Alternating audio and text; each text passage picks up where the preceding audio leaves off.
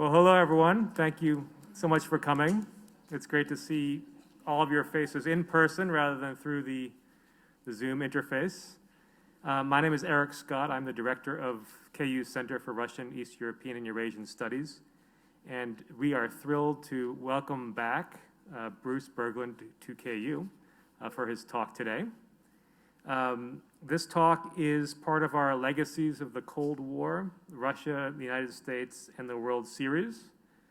This is the third of four talks we've had this semester exploring the longer-term impact of the Cold War as a global conflict, as a conflict that still weighs on U.S.-Russian relations. And we have, after today, one last talk this semester coming up on December 8th, when Fiona Hill, the former National Security Council expert on Russia and star witness in the impeachment of President Donald Trump, will be speaking with us on December 8th from 4 to 5 p.m. Her talk is entitled Dealing with Putin, Domestic and Foreign Policy Challenges. So it's interesting to think of that as a domestic challenge as well, but we look forward to hearing from her. Our talk today is exploring a very different and very interesting legacy of the Cold War, that of sports and its globalization. And our speaker, Dr. Bruce Berglund, comes to us from Gustavus Adolphus College, where he's been since 2018 as campaign communications manager in advancement. Prior to coming to Gustavus Adolphus, he worked in several important roles in higher education, including 15 years as a faculty member in the history department at Calvin College. He was also director of the honors program at Calvin. And perhaps most importantly, from our perspective and for us and how we know him is as the former assistant director of our own Center for Russian, East European, and Eurasian Studies here at KU. Bruce received his BA in history from the University of Minnesota, his MA from Minnesota State, and his PhD right here at KU. In addition to being a really acclaimed teacher, he is an active researcher and writer. He is the author of The Fastest Game in the World, Hockey and the Globalization of Sports, which was published by the University of California Press in 2020, and is based on research in 8 countries. So it's really a global in its scope. The book looks at hockey's leading role in Russia and explores the mixing of politics from the late Soviet period to today. So again, it's a very interesting take on things, looking at change across and continuity across 1991. He has also written several additional books, including Castle and Cathedral in Modern Prague, which was published by Central European University Press in 2017. And if that wasn't enough, he's also written history books for young readers on Soviet women pilots during World War II and drummer boys in the Civil War. So I'm really grateful to the U.S.-Russia Foundation for supporting this talk today, and I'm grateful for the REES team, Amanda Hill and Ezra Predelos for helping us plan it. And without further ado, I'll turn things over to Bruce. His talk is entitled Putin Plays the Puck, Hockey and Politics in Post-Soviet Russia.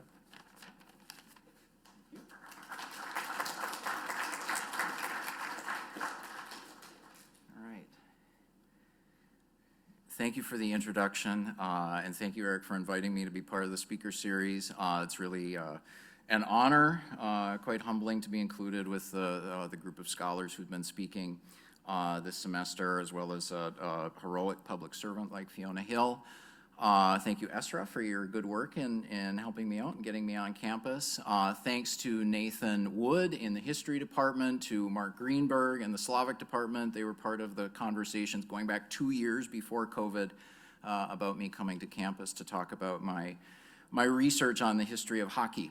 So, and thank you all for coming out. So this is fun to have an audience, to be in a room on campus and to interact with people. So I hope you have a lot of questions. So I'll talk for about 45 minutes or so and then leave things open for questions. I deliberately chose the title of today's talk, Putin Plays the Puck, to let everyone know that we would be having some fun at the expense of the Russian president. So without delay, let us start with a video of Putin's latest hockey performance.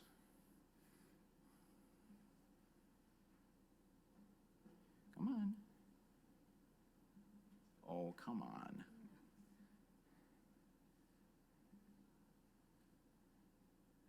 Oh, come on.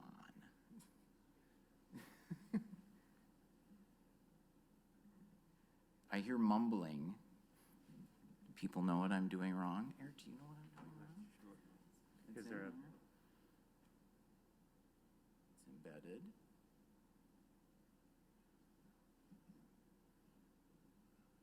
Could you maybe press escape and go back Okay, out of the slide view, maybe? thank you.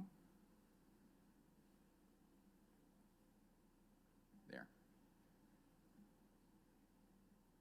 Let's try that. What? Oh, right, enable content at the top. This is Thank you. All right. security feature they have. What's that? Back to slideshow. Let's try that. Click. Oh, man. What's that? All right. I think it's maybe hackers. Hackers? Yeah. Okay, Russian hackers. We'll attribute it to that. Okay, I'll have to act it out for you. Okay. So what we see, this was Putin's performance last May, in May 2021. And in this game, he scored, I believe it was 8 goals. He played with a number of former Russian NHL players, as well as players who'd been on the Soviet teams back in the 1970s and 80s. And what we would have seen in the video, and I'll act this out, is Putin kind of wobbling on his skates, getting fed passes by members of the Hockey Hall of Fame, scoring easy goals, and the goalie making not much effort at all to save the puck. And then everybody celebrating.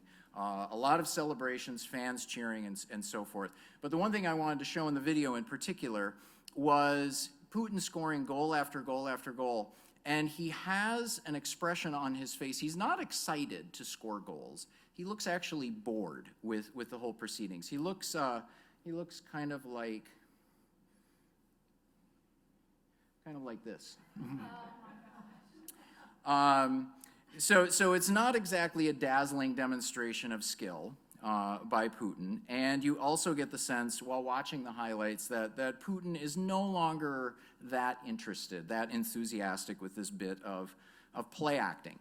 So over the last decade, Putin has been playing in these exhibition games in Russia alongside former NHL players. So those of you who know hockey might be familiar with the name Pavel Bure, for instance, and past members of the Soviet national team. The pattern is typically the same. These former pros feed Putin the puck and then get out of the way to let him score. And he usually ends up with 6, 8, 9 goals per game.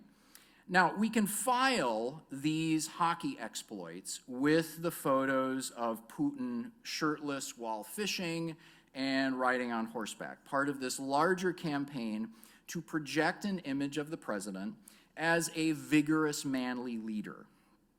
But hockey is not without its risks for Putin. He's pretty wobbly on his skates. He learned to skate only 10 years ago. He's had his falls in games, as we see here. And speaking myself as a middle-aged hockey player in a senior league, I can tell you, at our age, it hurts when you fall. And it's embarrassing, and it's really hard to get up. And you see all of that. Look at the expression on his face. That is an expression of terror. I've had that same expression when I've fallen in the middle of a senior league hockey game. So why does he do this? Why does Putin risk embarrassment and injury to have former pro players feed him the puck and let him score easy goals? Justin Trudeau is a hockey fan and a seasoned skater, but he doesn't get onto the ice with Canadian pros. Barack Obama was actually a decent basketball player, But he didn't play in nationally televised games against NBA old-timers. Why does Putin take the ice against some of the best hockey players in the history of the sport, only to show that he is clearly out of his league? In answering this question today, I will look at the place of hockey in post-Soviet Russia. Much like football in the United States, hockey in Russia provides a stage for the performance of nationalism. Trappings of Russian nationalism are always present in the stands at hockey games. But, unlike American football, hockey is a global sport. So Russian fans can cheer their teams in international competition. In years when the national team reaches the finals of the annual championships of the International Ice Hockey Federation, as they did here in 2014, television coverage of the games typically draws more than 60% of Russian viewers. So this is hugely popular, watching Russia compete in the Olympics and in the annual World Championships. But we see this with other countries in other sports, correct? Whether it's hockey or soccer or cricket or the Olympics, international sporting events draw huge television audiences. And just like the women we saw earlier, with their references to Russian folk costumes or to the Romanov Empire, fans of other countries' sports teams have their outfits in national colors and clever accessories that express their patriotism. There is, however, an edge to the Russian patriotism expressed by hockey fans. Soviet imagery is common at games of the Russian national team. The hammer and sickle, the Cyrillic SSSR, or CCCP as we often read it, Red Army caps, even images of Stalin, as you see in the picture of the three guys on the right-hand side. This imagery corresponds with a Soviet nostalgia that has become prominent during the Putin presidency, especially in recent years. This Soviet nostalgia fits perfectly with Russian hockey, and it's interesting, if you look at crowds of fans of the Russian national soccer team, you don't see this same Soviet imagery. Instead, you see basically strictly Russian imagery. Okay? When we in North America think of the Soviet hockey team, it is usually in association with their famous loss at the 1980 Winter Olympics, the Miracle on Ice. Canadians remember their own heroic victory over the Soviets. In 1972, a team of Canadian NHL players beat the Soviets on a last-minute goal in the final game of an 8-game series. For Canadians and Americans, these Cold War victories over the Soviet hockey team are not only great moments in sports history, they are landmark cultural moments, right? How many have seen the film Miracle about the Miracle on Ice, right? So this is, even if you're not a hockey fan, you know Miracle, you know Herb Brooks' speech in the locker room. Okay? For Russian fans, on the other hand, these losses in 1972 and 1980 were rare blips on an unequaled record of accomplishment. The Soviet national hockey team was dominant in international hockey from the 1960s through the 1980s. During these decades, the Soviets won gold at 6 Winter Olympics and took first place in the annual World Championships 18 times. In addition, when the Soviets played exhibitions against North American pro teams, they usually won. This is the Soviet national team at Madison Square Garden in 1979 after defeating a team of NHL All-Stars in a 3-game series called the Challenge Cup. And I don't know if you can see the scoreboard in the background. So this was the final game. The Soviets beat the NHL All-Stars 6-0. So the trappings of Soviet nostalgia that we see in the stands at Russian hockey games usually have 2 reference points.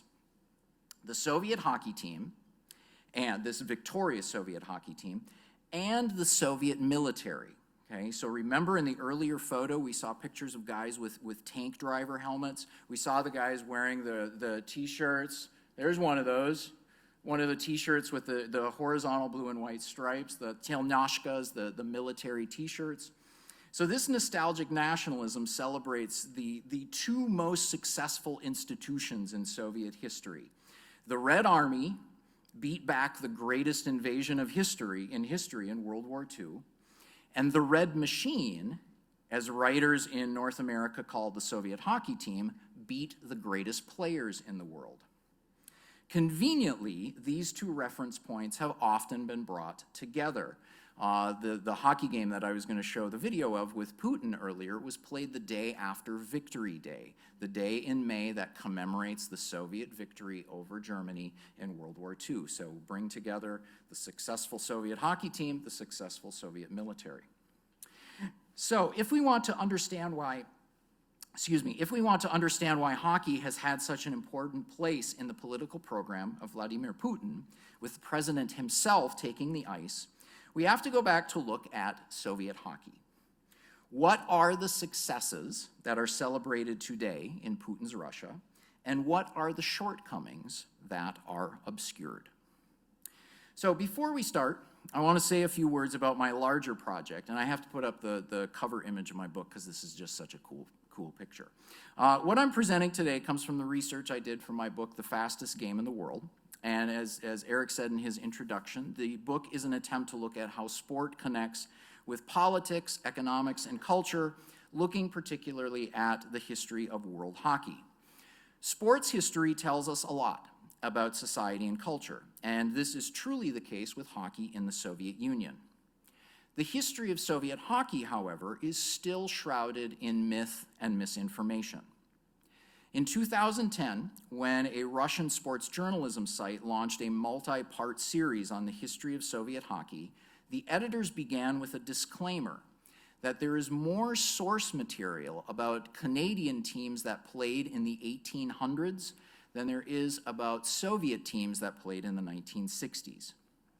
In fact, one of the best collections of primary source material about Soviet hockey is not in Moscow, but in Canada.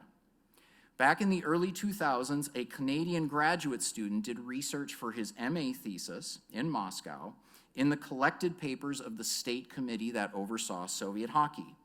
Somehow, he found a cooperative archivist who copied all of the documents for him. He brought them back to Canada, and now there are thousands of pages of Soviet sports documents in the University of Alberta Archive in Edmonton. Now, before we get into the history of Soviet hockey, we need to say just a little bit about the history of hockey in general. Okay? The sport of hockey that we see today, played in the NHL and in the Winter Olympics, had its beginnings in Eastern Canada in the 1870s. That's when we have the first games played indoors on a small rink with a rubber puck and 6 or 7 players on a side. As this sport spread into Europe and into the United States, it was often called Canadian hockey. Another version of hockey had been played before this time and continues to be played today. This game is typically called bandy. At the turn of the century, however, it was most often called hockey.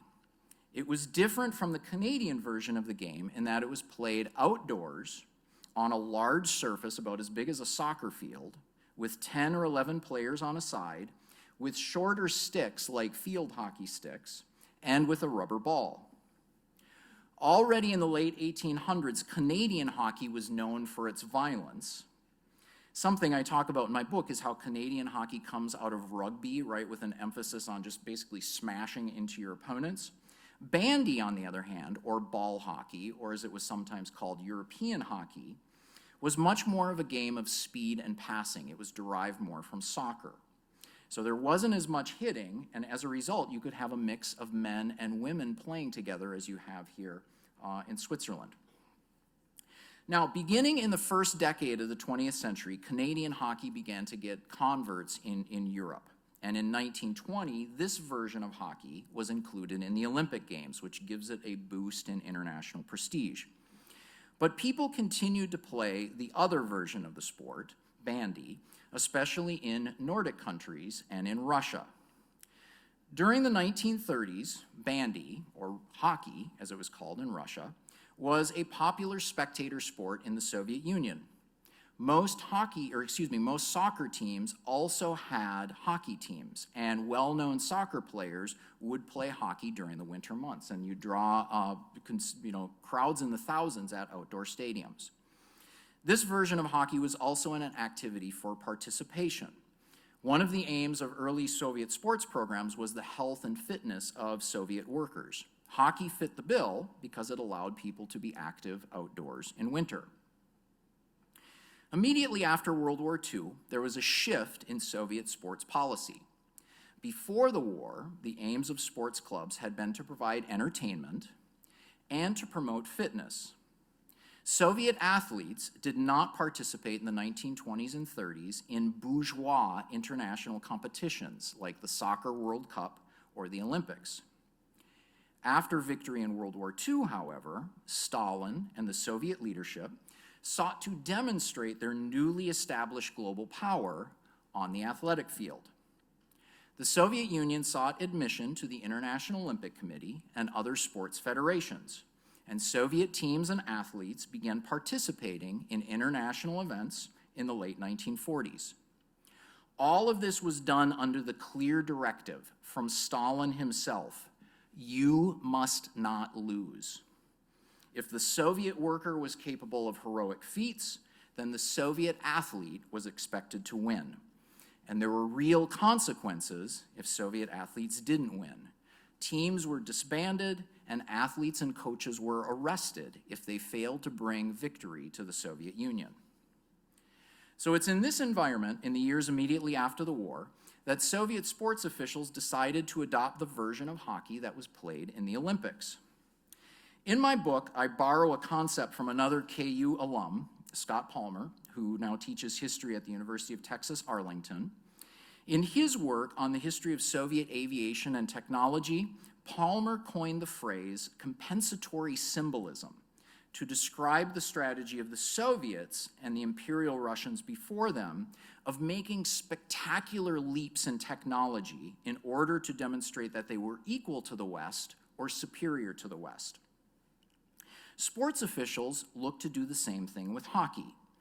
They recognized that they could not develop a hockey program from the ground up in which youth players would be trained to eventually compete at the international level.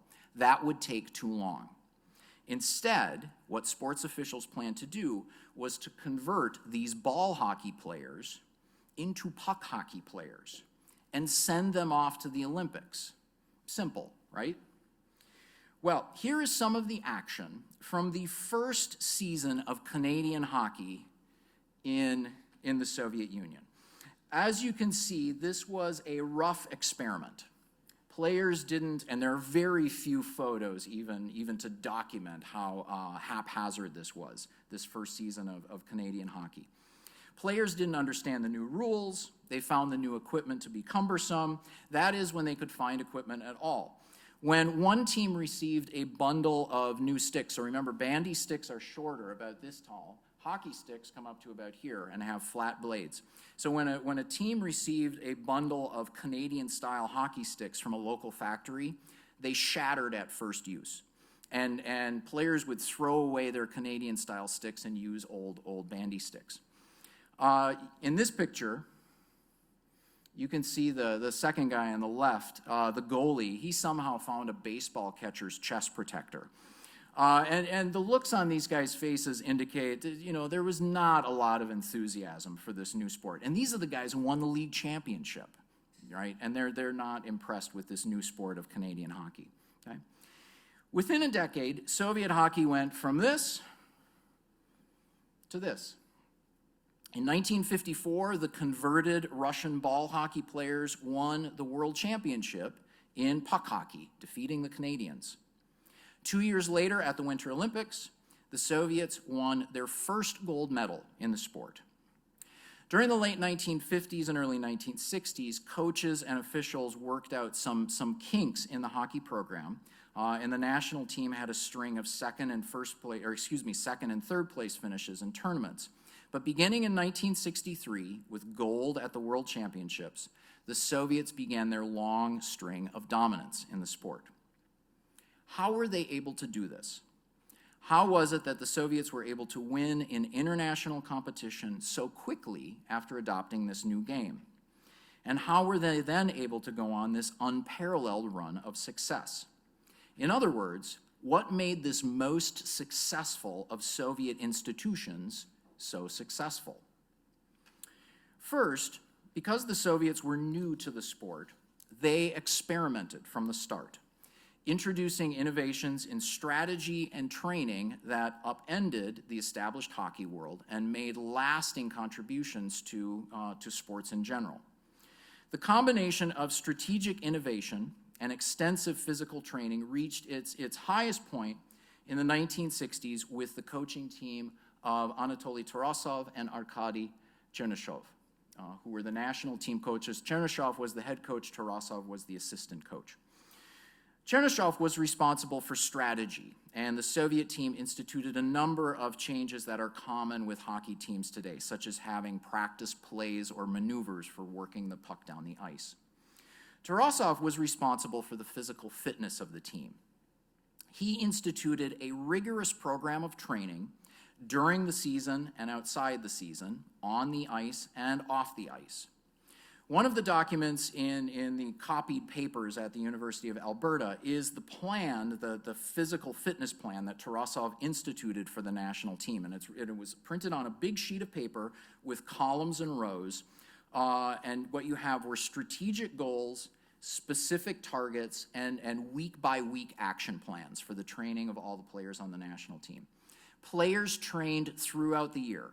During summer training camp, days began at 7:45 in the morning and finished at 8 at night. When players returned to their club teams, they were expected to continue to work toward fitness benchmarks, with their coaches then reporting back to Tarasov on their progress. So this was Soviet economic planning applied to sports. Okay? Recall that economic planners in Moscow did not seek improvements in productivity through greater efficiency. Rather, they held that increased production came from increased inputs. In the same way, hockey planners believed that more intensive training was needed to improve the national team's performance. Tarasov was a true believer in Soviet communism. He held to the Stalin-era principle that the Soviet Union could make great leaps in development through intensive work and enthusiasm, essentially that the Soviets could leap past time. Tarasov revealed this ideological idea to his training system in a conversation with a Czech coach named Luděk Bukac, and I interviewed Bukac as part of my research, and Bukac tells this story. He says he was talking to Tarasov, this was in the 60s. Tarasov says, "Luděk, how many years have the Canadians played ice hockey?" And Bukac says, "Oh, about 75 years. Tarasov then says, "Luděk, how many years have the Soviets played ice hockey?" And Bukac says, "Oh, about 25 years. "You're wrong," Tarasov said. "The Soviets work 11 months a year. The Canadians work 7 or 8 months. We work 3 or 4 hours a day. The Canadians work 2 hours a day. We work with great intensity always. The Canadians do not. You see, Luděk, we have played for 75 years too." Along with their innovations on and off the rink, Tarasov and Chernyshov had success by doing what the leaders of many great sports dynasties do. They took advantage of the system. They cheated. To explain this, I have to give a bit of background in sports history. So the basic structural unit in sports, in team sports, is the club. Originating in England in the early 1700s, the voluntary club was an association of people brought together by some common interest. They had rules, they paid dues, they would elect their officers. Okay? When sports clubs developed in England in the 1800s, they were typically established in connection with a school or a church or a social group. These English-style clubs then began to appear on the European continent beginning in the 1870s. So in St. Petersburg, Russia, by the turn of the century, there were clubs for 18 different sports. Originally, these clubs were amateur. So to give you an example, one of the most storied clubs in European hockey is HC Davos in Switzerland. Okay, and this year marks the 100th anniversary of HC Davos. It was founded by the town dentist, so that he and his friends and colleagues could play hockey. Within a few years, however, the club had been commercialized. They built a large outdoor stadium, they sold tickets, they sold sponsorships, they had advertising on the boards. But the players remained amateurs. They held jobs, they were reimbursed for the expense of traveling and from time away from work when they were practicing or playing, but during the off-season, they went back to their regular jobs. This was the case with HC Davos all the way into the 1980s, that its players were amateurs. This model is the basis for the amateur code that governed the Olympics throughout much of its history. Olympic athletes were expected to have jobs away from their particular sport. Each athlete had to complete a registration form for the IOC on which they stated their regular occupation. Olympic rules said that an athlete could not make their living from sports. The Soviets followed this rule on paper, and I've seen the paper in the archives, the registration forms that Soviet athletes filled out, now in the archives of the IOC, in which they stated their occupations. Okay? In fact, however, Soviet athletes were not amateurs.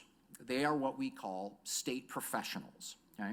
Let's talk about this model. Historian Bob Edelman has talked about this in his histories of Soviet sports, this model that was already developing in the 1920s and 30s, but it came to its fullest form after World War II. It works like this.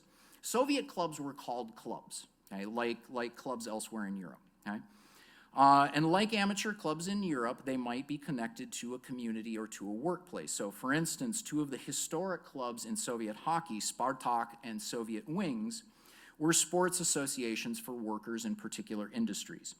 An athlete who played, for instance, for Soviet Wings would list his occupation as a worker at the airplane factory. His real job, however, his sole job, was playing hockey. He was paid by the state-owned aircraft company to represent the company, or the factory, I should say, in the domestic hockey league. Because the Soviet sports system instituted year-round training, which we talked about earlier, not only for hockey players, but for all top-level athletes, they were paid to be engaged in their sport, training, practicing, and competing throughout the year. So their sole job was competing in sports. Now, a distinctive feature of the Soviet system was that you had clubs affiliated, not just with factory workers, but with the state police, Dynamo, and the military, the Central Army Sports Club, or as it's commonly called in the West, Red Army. On paper, athletes with these clubs listed their occupations as police officer or soldier, but their year-round responsibility was training for and competing in sports. So in essence, these were, on paper, amateur clubs. Athletes competing from these clubs were eligible for the Olympics, unlike the openly professional athletes who played in North American leagues. In reality, Soviet athletes were professional. In the 1960s, Soviet hockey players earned about 2 to 3 times more than the average Soviet worker. In comparison, NHL players at the same time made about twice as much as the average worker in the United States or Canada. Now, sports officials in other countries recognized this Soviet ruse, and they complained about it. Canadian hockey officials sent letters to the IOC complaining that international tournaments, were unfair because the Soviets were essentially professionals competing against their amateurs. Canadian officials pointed out, in fact, that Soviet players were more professional than their professionals. They devoted more time to training, practicing, and playing hockey than the openly professional Canadians in the NHL, and this was true. Okay? Now, there was another layer to how the Soviets gamed the system or cheated in international hockey. During the 1960s, members of the national hockey team were typically drawn from different domestic clubs. And this is the way it works in international competition in any sport. So for instance, in the Soccer World Cup, national teams are made from players selected from different club teams, maybe even club teams in other countries. The players are assembled for a short time of preparation, a few weeks, and then they go to compete in the World Cup or the World Championships. Under Chernyshov and Tarasov, members of the national team were typically drawn from the two club teams that they coached. Chernyshov coached Dynamo, and Tarasov coached Red Army. And it wasn't that they chose players from their teams for the national team because of favoritism. Instead, the way it worked is that they would comb the ranks of Soviet hockey to find the best players and then concentrate the best players on their teams. So here's how it worked. If Tarasov identified a talented young player who was out in the team in, say, Chelyabinsk, someone who would potentially be a candidate for the national team, Tarasov would arrange for that player to be conscripted into the army and posted at the Central Sports Club of the Army in Moscow. So members of the national team practiced and played with each other under the coaches of the national team for months before they went into international competition. So, for instance, Vladislav Tretiak, the longtime goalie of the Soviet national team, played under Tarasov both for the national team and for his club team, Red Army. And many of his teammates at Red Army were also his teammates on the national team. Okay? Now, the successor to these two coaches, Viktor Tikhonov, brought this system to its culmination in the 1980s. Under Tikhonov, all the players on the national team played on the Red Army club team. Tikhonov dialed up the training system established by Tarasov, making it even more rigorous and more demanding on players' lives. Members of the Red Army team, also the national team, lived together in barracks for 11 months a year. Once a week on Sunday, they were allowed to visit their families. They practiced together, they trained together, and they played together for months before then going into international competition. The most famous members of Tikhonov's teams were this group called the Green Unit or the Green Line because they wore green jerseys during practice. Okay? In practice and games, these three forwards and two defensemen all skated together as a unit. So they were skating together, they were on the ice together constantly. To the point, as one of the players said, Igor Larionov in the center, he said they were so in tune with each other's movements that they could have played blindfolded. Now, to make a comparison, during the 1960s, the IOC sent a warning to American hockey officials because they heard that the U.S. hockey team was playing together for 2 months before the Olympics. National teams can't devote that much time to preparing, the IOC said. And this was at a time when the members of the Soviet team were playing entire seasons together and practicing together throughout the summer, albeit in the jerseys of their club teams. So, the Soviet hockey team was so successful from the 60s through the 80s because they cheated. They deceived international sports organizations by claiming their athletes were amateur. They violated the spirit, if not the rules, of international competition by having their national team train together year-round. When officials in Western Europe or North America called out these practices as unfair, the Soviets insisted that their criticisms were motivated by politics, and typically the IOC backed the Soviets. Now, our common image of Soviet hockey is typically this group, the Green Unit that played in the 1980s.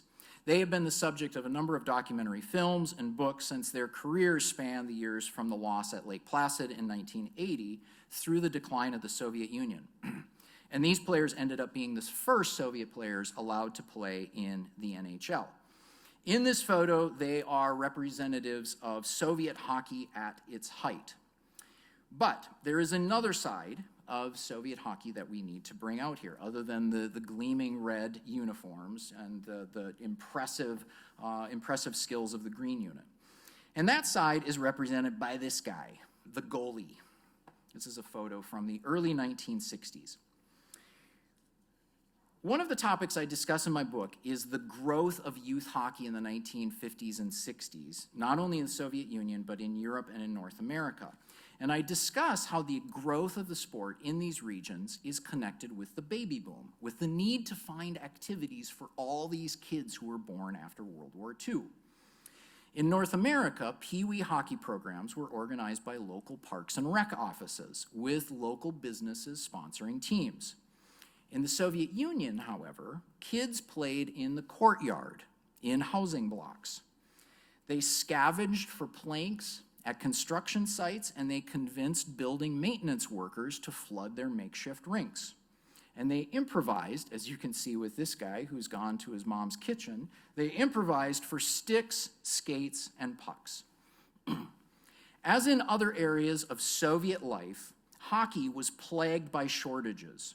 Factories produced equipment of poor quality, if they produced enough equipment at all. When the Soviet team arrived in Canada for the 1972 Summit Series, they promptly got rid of their own sticks and equipment and used Canadian sticks and equipment. When the Communist Party surrendered power in 1991, the Soviet Union had only 50 enclosed rinks with artificial ice. At the same time, Sweden had more than 200. Canada had thousands of indoor rinks with artificial ice. In the years after 1991, after the collapse of the Soviet Union, this lack of resources and infrastructure plagued hockey in post-Soviet Russia. The best Russian players, left to play in North America. During this time, young stars like Alexander Ovechkin and Ilya Kovalchuk became stars in the NHL. Critics charged that these young Russians were turning their back on the motherland for American dollars. To make matters worse, in addition to losing its best young talent, the Russians were losing on the ice in international competition. After successes in the early 1990s with the last members of the great Soviet teams of the 80s, Russia's national hockey team had a run of disappointing finishes. That 11th place finish you see up in the year 2000, that took place on Russia's home ice in St. Petersburg. So yes, there were some second and third place finishes, but when you're used to gold medals year after year, silver and bronze were unacceptable. To restore the greatness of Russian hockey, the National Federation turned to Vladislav Tretiak. Tretiak is a widely respected figure inside and outside of Russia. When Russia hosted the 2014 Winter Olympics, Tretiak was chosen to light the flame in the Olympic Stadium. So choosing Tretiak to lead the Hockey Federation was seen as a way to restore success on the ice and to remove the taint of the 1990s. Soon after being named president of the Hockey Federation, Tretiak was called to meet the president of the Russian Federation at the Kremlin. And Vladimir Putin, was direct. He had one question for Tretiak. When will we start winning? Tretiak started talking, he started mumbling and saying that a winning spirit is taking over the team, we'll see good results soon, and Putin interrupted him, no. For how much you're going on, it's clear you haven't played hockey in a while. I'm asking, when will we start winning? Now, this was at the time, midway through his second term, when Putin had stratospheric approval ratings, and he had already presided over the revival of the Russian economy, and he was eager to build Russia's global power and prestige, and international sports was to be one part of this. So, as we know, Russia hosted the Winter Olympics in 2014, and then hosted the World Cup in 2018. Putin not only wanted to host international sporting events, he wanted to win international sporting events.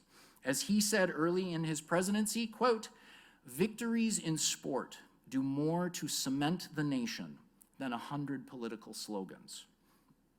So winning in international sports was going to be key to Putin's program, and in particular to hockey. Now, to plot a course forward to start winning again in Russian hockey, Putin relied not only on Tretiak, he turned to two other men. One was Putin's old teammate on the national team and the Red Army team, Slava Fetisov, so part of the green unit that you saw earlier. Fetisov was the Minister of Sport, appointed by Putin and trusted by Putin to revive Russian hockey. The other person asked to improve the prospects of Russian hockey was a hockey fan, Alexander Medvedev, who was the head of exports at Gazprom. Okay? These three men disagreed on how to improve hockey in Russia and how to improve its performance in international hockey. Tretiak wanted to strengthen the traditional system of the old league with the old clubs. Fetisov and Medvedev pushed a different idea. They proposed a closed professional league modeled on the NHL with the traditional clubs turned into North American-style franchises. These franchises would be owned by wealthy oligarchs or companies who would invest their money into buying top players. Fetisov believed that if you offered Russian players salaries that were competitive with the NHL, they would choose to stay in Russia, and this would be ultimately better for Russian hockey. This leads to the creation of the Continental Hockey League in 2008. So clearly Putin liked the idea of this new league. In fact, he liked it so much that he later took credit for coming up with the idea. Fetisov, however, it was really Fetisov's idea, and he'd been raising it or pushing it for years. But to get the idea of this new league off the ground, he needed Putin's political authority, as well as Putin's influence with the large joint stock companies like Gazprom that had driven Russia's economic growth, the companies that Putin called the national champions. Medvedev's involvement was therefore key. When the KHL launched, Gazprom and other major corporations each made an initial investment of $10 million, and then they committed $5 million for the operation of the league. Medvedev became the first league president. In claiming to be the inventor of the KHL, Putin made clear that the league was part of his political program. Just as a strong, prosperous Russia was to be a counter to the United States in world affairs, the KHL would be a counter to the NHL in world hockey. The new league would restore the old competitive balance that had existed during the Cold War. Putin said in an interview, "It seemed to me that after the confrontation, in a good sense of the word, between North American and Soviet hockey, the confrontation during the Cold War, a lot was lost. The sharpness disappeared. It seemed to me that if it was possible in the contemporary context to reestablish this struggle between European and North American hockey on a new basis, it would be very interesting. It would breathe new life into hockey." Along with breathing new life into hockey, the KHL was intended to advance Russian political influence. The name of the new league, Continental, was significant. Putin envisioned the KHL incorporating European clubs and ultimately entire European leagues. He posed this grand strategy in positive terms. By expanding at the expense of the Swedish, Slovak, Czech, and Swiss leagues, the KHL would allow those nations' players to remain at home, playing within a broadly Eurasian association. Putin explains in his interview, "We all want our own clubs to be good in Russia, our own in Slovakia, our own in the Czech Republic, our own in Finland, our own in Sweden. This is the only way to raise the overall level of world hockey." So here we have Putin presenting himself and his league as something of the guardian of European hockey. The KHL actually succeeded in this. After the founding of the league, the number of Russians who went off to play in the NHL declined, as did the number of Czechs and Slovaks who played in the NHL. In terms of the global movement of hockey talent, Russia became a net winner rather than loser. You see in those arrows of international hockey players moving from league to league and country to country, the number of arrows going to the KHL at the bottom. The KHL was also successful in meeting Putin's geopolitical aims, at least at first. And this is a picture of the league as it was in 2018. The league expanded to add teams in Prague, Bratislava, Zagreb, Helsinki, and Beijing. Medvedev had plans for a league of 60 teams stretching from Milan and Berlin all the way to Tokyo and Seoul. Fetisov predicted that all of the best European and Eurasian players would play in the KHL, this continental league, while the NHL would have only the Canadians and the Americans. The KHL also generated a new excitement about hockey in Russia.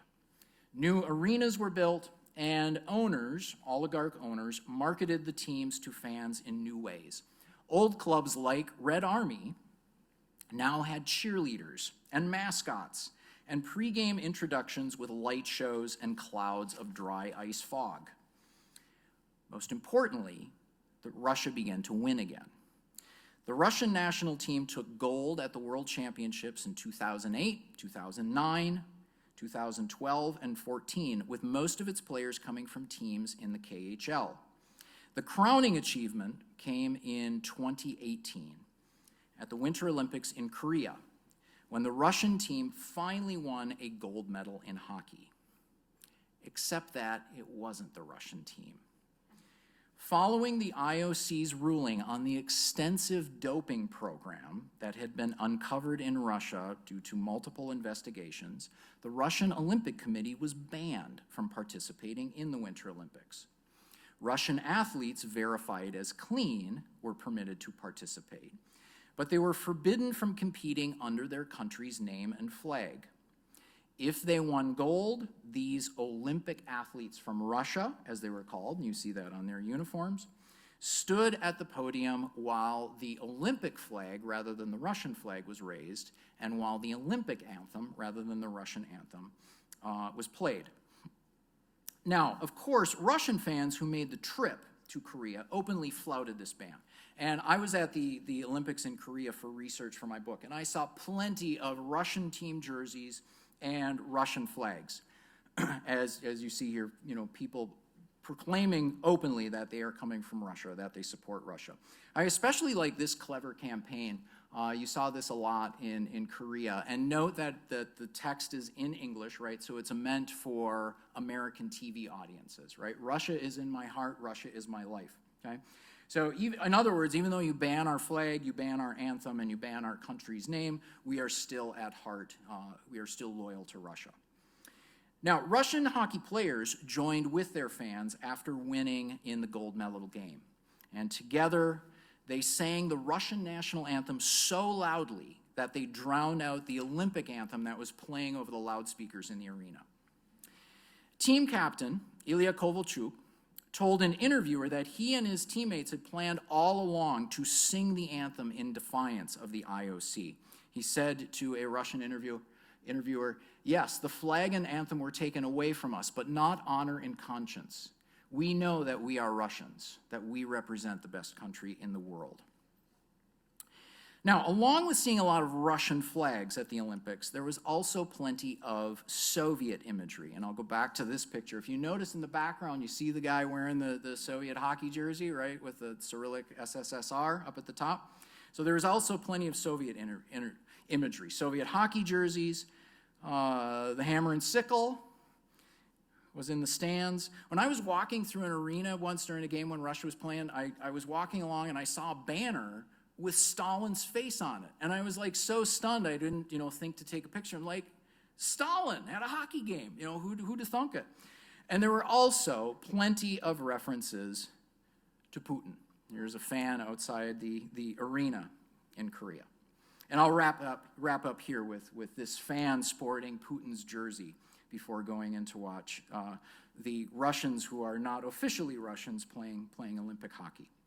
When we watch Putin step onto the ice, we see a display that is juvenile, ridiculous, and potentially embarrassing. But these fake games are more than performances to show the Russian leader's manliness as he scores goals by the bushel. They are an occasion for Putin to associate himself with one of the few Soviet institutions that was an unqualified success, the national hockey team. In the aftermath of the Russians' win at the Olympic gold medal game, I went on Twitter to see how Russian fans, ordinary Russians, responded to the victory. Given that the Russian team's final win came over Germany, a 4-3 win in overtime, there were plenty of social media memes referring back to the Great Patriotic War, to the Soviet Union's victory over Germany in World War II. These are pretty clever, you gotta admit that, yeah. There were also memes showing Putin as a hockey player, not falling to the ice with a frightened look on his face, but smiling, laughing with Slava Fetisov and with other Soviet greats, or skating proudly with a trophy aloft. For the Russian fans who posted these memes, for the Russian fans who wore the number 11 jersey in Korea or unfurled banners with Putin's face in the arena, and I saw plenty of those, the president has become more than the country's leader. He is a symbol of Russia itself, the strong, victorious Russian nation. Thank you.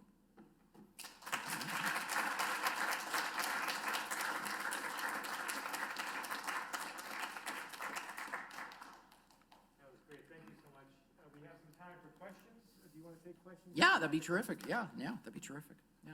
Any questions from anybody?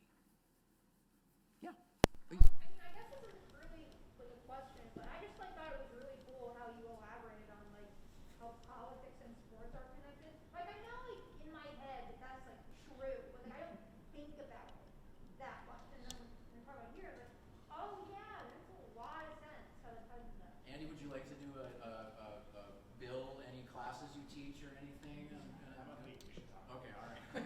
Yeah, this is, one of the wonderful things is to see in sports history, and I'll tell you a story, and there aren't any of my own professors who are here. So I did my PhD here at Kansas, and I was interested in sports history back then, but it was clear in history departments that sport history was not regarded as it wasn't legitimate history, right?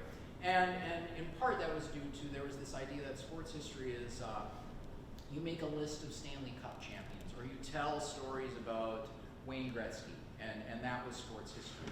And so it was only, after years and after earning tenure that I could say, hey, I want to do sports history. And there were people who had done terrific work by that time and showed that you can use sports, in American history, you can look at race, you can look at, social change, you can look at cultural change. Internationally, you can look at international politics, right? You can talk about, economics. There's so many different things you can look at with sports history. One of my favorite sports history books is a book about the 1972 Munich Olympics, and throughout the whole book, I don't think there's a description of a single athletic event in the Olympics. It is about everything, everything that went into the games, everything that surrounded the games. And it's just a fascinating study to use a sporting event as a lens to view all these other different things. And and Professor Denning, I'm sure, has a course that you can sign up for to learn more about how sports connects with politics, culture, economics, and so on. In the 1983, several of us founded a group called Athletes United for Peace. So Yes. For my button today. Yeah. We organized quite an interesting visit to the Soviet relays. It was actually Dr. Mark Scott's idea, another Scott, a lot of good ideas. And Mark died 3 years ago. He did some great things for peace. And he came up with the idea after we founded Athletes United for Peace to invite the Soviet athletes to the Kansas relays in 1983. And of course, that wasn't the best time in U.S.-Russia relations. Yeah. And so we were told no 3 times. It finally got to the Politburo. We found out later, and it was approved. And Gromov, the Olympic chairman, was really upset. He said it will ruin all of our international competition. Mm-hmm. And after they were here and had a great time, and almost got married here, I think. But after they were here and won all the medals and set all the records to still stand, they went home. And when they got to Helsinki, they got beat on everything. They lost all. They didn't win any championships at all in Helsinki that year. But a lot of relays records still stand here. But the point I wanted to make is that it was a great statement for peace. Every night it was on Soviet television for about a half an hour, we were told. Mm-hmm. It was all of our networks had interviews with us and with the athletes. And it was just an amazing example in the 80s of what athletes could do for peace. Mm-hmm. And we're trying to kind of get things rekindled again, getting Americans involved as we were in the 80s and 90s, and getting athletes involved again. They got involved in social issues and lots of issues, but they kind of got away from the peace movement. So we're trying to get them back in. Yeah. No, international events when Soviet athletes competed internationally, that was huge news. And we've had a lot of Soviet athletes, a lot of Russian athletes in all sports at KU ever since, by the way. Yeah. On national championship teams like Sasha Khan and so forth. I was curious when you were talking about this, the quasi-amateurism of Soviet sports. I couldn't help but wonder if you see any parallels with the NCAA collegiate athletics, because you have, professional sponsors, millions of dollars in TV deals, special facilities, special dormitories, really intensive training schedules. I mean, have you ever sort of thought about this as a parallel? Because I think there's kind of a discourse of amateurism, and once you start peeling it back, I mean, there's a lot of stuff that's kind of in the middle between professional and amateur, right? Yeah, the one parallel I would see is that, for the stakeholders, so back in the 60s and 70s, it was the International Olympic Committee. Here it's the Ncaa, it's college presidents and so forth. There's so much invested in maintaining this system that they're just so reluctant, even though, so I went to the archives of Avery Brundage, who was president of the IOC, and he was just getting so much information, in terms of the Soviets, not just in hockey, but in other sports as well, the other communist countries in Eastern Europe, that they were just cheating. They claimed their athletes were amateurs, but they were not. And it wasn't simply they were getting paid, it's that they were training year round. So the evidence was there, and he was so committed to upholding the system that he just, he refused. And, and you can have a debate, and historians do, as to whether he was a true believer. I think he was in some respects, or he just, recognized we can't unfurl this institution. And likewise in the Ncaa, I think there are still kind of true believers, right, in amateurism, but there's so much at stake in maintaining the system that even though the evidence is all there, that this is no longer amateurism, that the thought of pulling the thread is just going to, what will be the result and so on. But that's pretty much. I saw another hand going up. Yeah, just on the matter of equipment, can you tell us a little bit about the history of the Zamboni? The Zamboni. I want to drive the Zamboni. That's a great song. What did they do before they had it? What did they do? They'd either had something that they push or pull, that somebody would pull on skates, so it would be something similar to what, a Zamboni scrapes off the old layer of ice and puts down a fresh sheet of water. And I had some great photos from archives of old Zambonis, right? Where it was basically kind of a plow that they would push around and then they would hose off the ring. The Zamboni, Frank Zamboni, the creator of the ice resurfacing machine, he had a rink, an indoor rink in Los Angeles that he opened during the 1930s. And it wasn't a rink that was intended for hockey players. Instead, the big craze at the time in the United States was figure skating, due to the famous Norwegian figure skater Sonja Hennie. And so it was during this time that indoor rinks opened up throughout the United States, and millions of pairs of white figure skates were sold to little girls throughout the United States. And so in opening this rink, Frank Zamboni invented this machine to resurface the ice. And one of the first owners of the Zamboni ice surfacing machine was Sonja Hennie, who would bring it around with her on her tours of arenas, to have fresh ice for her performances. Mark? It's on your last slide, that fan with the back to us had a sign about Liga Legend on its back.